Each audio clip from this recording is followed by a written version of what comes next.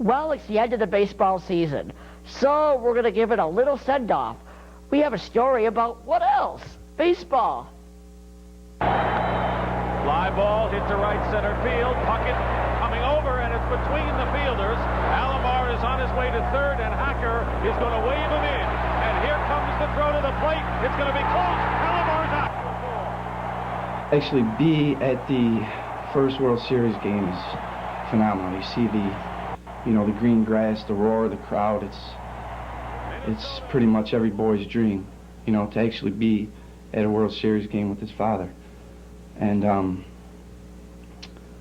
just being around the hotels and everything like that, I was a, real short kid. I wore glasses and I wore a batting helmet.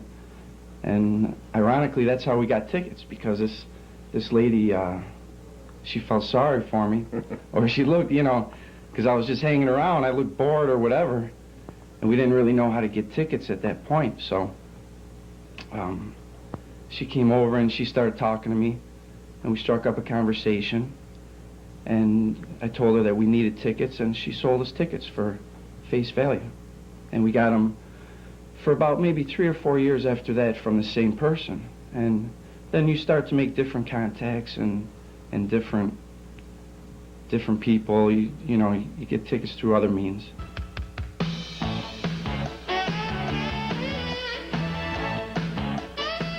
But since '76, I've been going with Ricky. 1976.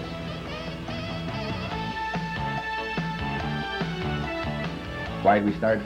Kind of like after this '75 series was one of the best ever played, and he was Little League age, and there was a whole bunch of factors involved. Broke his arm in '76, and he couldn't play all year, so the first trip we made was kind of like, I didn't really think we'd get tickets, but I says, that poor kid, with the broken arm, we'll go, and at least it'd be exciting to be in the city. So that's what happened.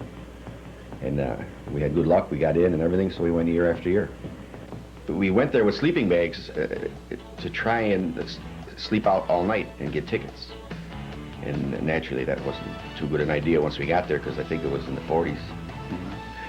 So we come upon this thing to, go in a hotel lobbies, which I had done before in Detroit once, and it seemed to work. So we tried that, and that's how it evolved from that. See, there was a press conference at the hotel that we were hanging around the lobby trying to get tickets.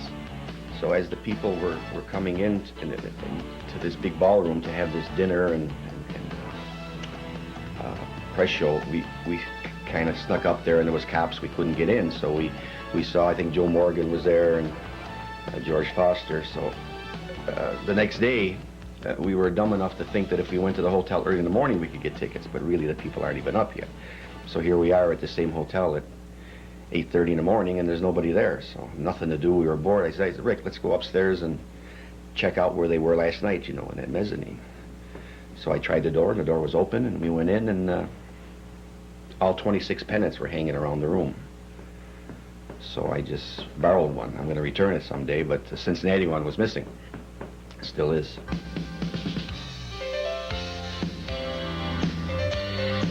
Main thing is about the tickets, you just have to ask. I've asked thousands of people for tickets, if they have tickets, and we try not to pay over the face value of the ticket, which is scalping, which is illegal in most cities, but people do it, especially for World Series. They scalp tickets a lot, but we try to really always just pay face value, and it's worked out well. We've only paid over this past year in Atlanta only once. We paid over the face value of the ticket. But the funny thing about that first World Series is that when we was up in that room, we got that pennant. When we came down, I went in the bathroom, and when I came out, I naturally had to watch Ricky all the time. He was 11, 12 years old. I said, you stay right here and don't talk to nobody. I'll be right out. I came out, he was talking to my childhood hero, which was Bob Feller. So we talked to him for quite a bit, and naturally Ricky had already asked him for tickets. He said, oh no. But the ironic part is, when we did get tickets, here's our first trip to a World Series. We ended up with tickets, and the ball went behind us, and I looked around, and Bob Feller has seats 20 rows higher than us. More is being honor, like we don't want to pay because it's not right, as opposed to paying a few extra dollars to see the game. We're not opposed to that, but it's like a challenge that we get them for exactly what they cost. And we've always managed to do that 90% of the time. Just like everything else, supply and demand. New York, people are blasé, tickets are fairly plentiful. Minneapolis, they were really bad, hard to get. Atlanta, hard to get. See, depends on the city, and supply and demand.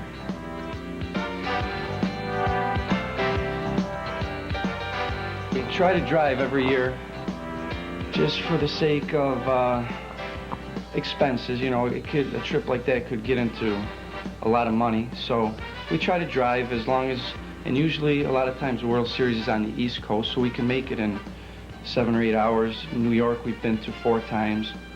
And we used to go up into Connecticut, visit relatives, and then travel down to New York. So it was a nice, we even made it a family-type vacation a lot of times.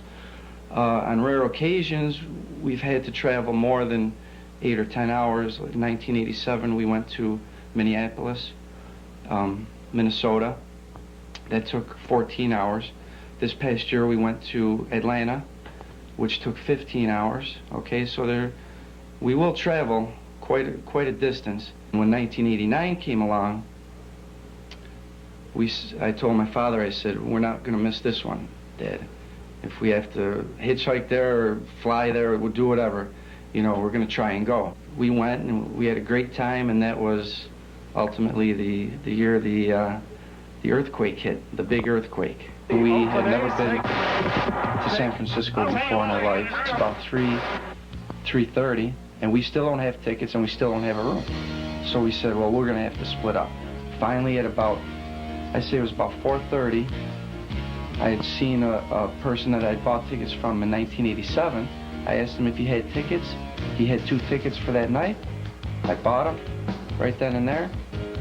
And about 10 minutes later, my father showed up. He said he had a room. We're great. We're ecstatic. We catch a bus out to Candlestick Park. And it was a normal bus ride, you know, nothing out of the ordinary. And we get off the bus, and they let us into the stadium. Little did we know that the earthquake had happened about 10 seconds before we walked into the stadium. So we go up to our seats, and everything was a little strange, and our seats were way up in the top section of the stadium, the last row. And there was these 4 Mexicans that were sitting in our seats, but there was hardly anybody in our section. So we said, excuse me, but you're in our seats. And they started laughing. They said, don't you know there's been an earthquake? And they were laughing at us. And we're like, we had no clue. We had no idea there was an earthquake. And then about 5-10 minutes later, we felt an aftershock for about 3 seconds. And that was enough to make us turn white as ghosts. The enormity of the event never entered our minds, really, because, number one, we didn't believe those guys at first until finally we felt the aftershock. And then when they said the Bay Bridge is down, naturally we thought they were kidding us, you know. We even said, in our haste to get to the game, we never ate since we left Buffalo in the morning. This is all happening in one day. So I even went so far as to ask the guy if there's a good place to eat around here, or should we go back downtown. I mean, this is a national disaster, but it still hadn't sunk into us. But then, on the bus ride back to the center of town, there was no street lights, no lights, and we smelled smoke, and see, everything just kept unfolding, We really didn't even see a reason to call home, and here there was people here that thought we were dead. It just was slow taking hold, because we didn't realize the magnitude of this thing, We said it was our best World Series, even though we never saw a game, is because we accomplished so much in such a short time, Going across country, getting a room in a city that was probably up close to a sellout, getting tickets, and getting there between, like Ricky said, between 12:30, and we would have been in time for the game. We would have just made it, accomplishing all that, but yet we never saw a game because it was postponed for, 8 or 9 days after that, and we had to come home.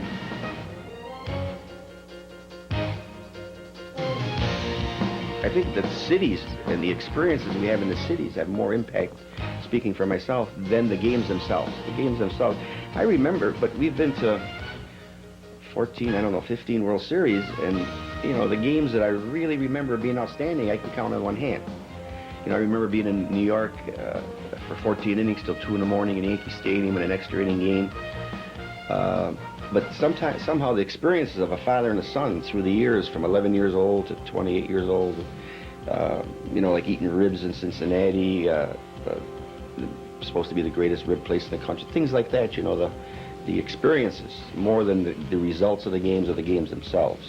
Well, I think for me it's seeing the people, being around the hotel lobbies, like my father said, seeing Joe DiMaggio, seeing Bob Feller, seeing Sparky Anderson, or just the players that are in it that year.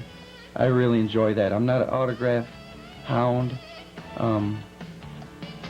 per se. I don't, you know, bother people too much. I once saw the Los Angeles Lakers, you know, in a hotel room in New York, but I just love that aspect of it. Being in the cities, preferably a big city, and being around, you know, being around the people and seeing, so everybody likes to see celebrities, and it's just the thrill of doing something like that, you know, with your father, that you can remember for a lifetime. Well, here's an update for you. As we're taping this show tonight, the Stybaks are at another World Series as they're watching the Toronto Blue Jays and the Atlanta Braves.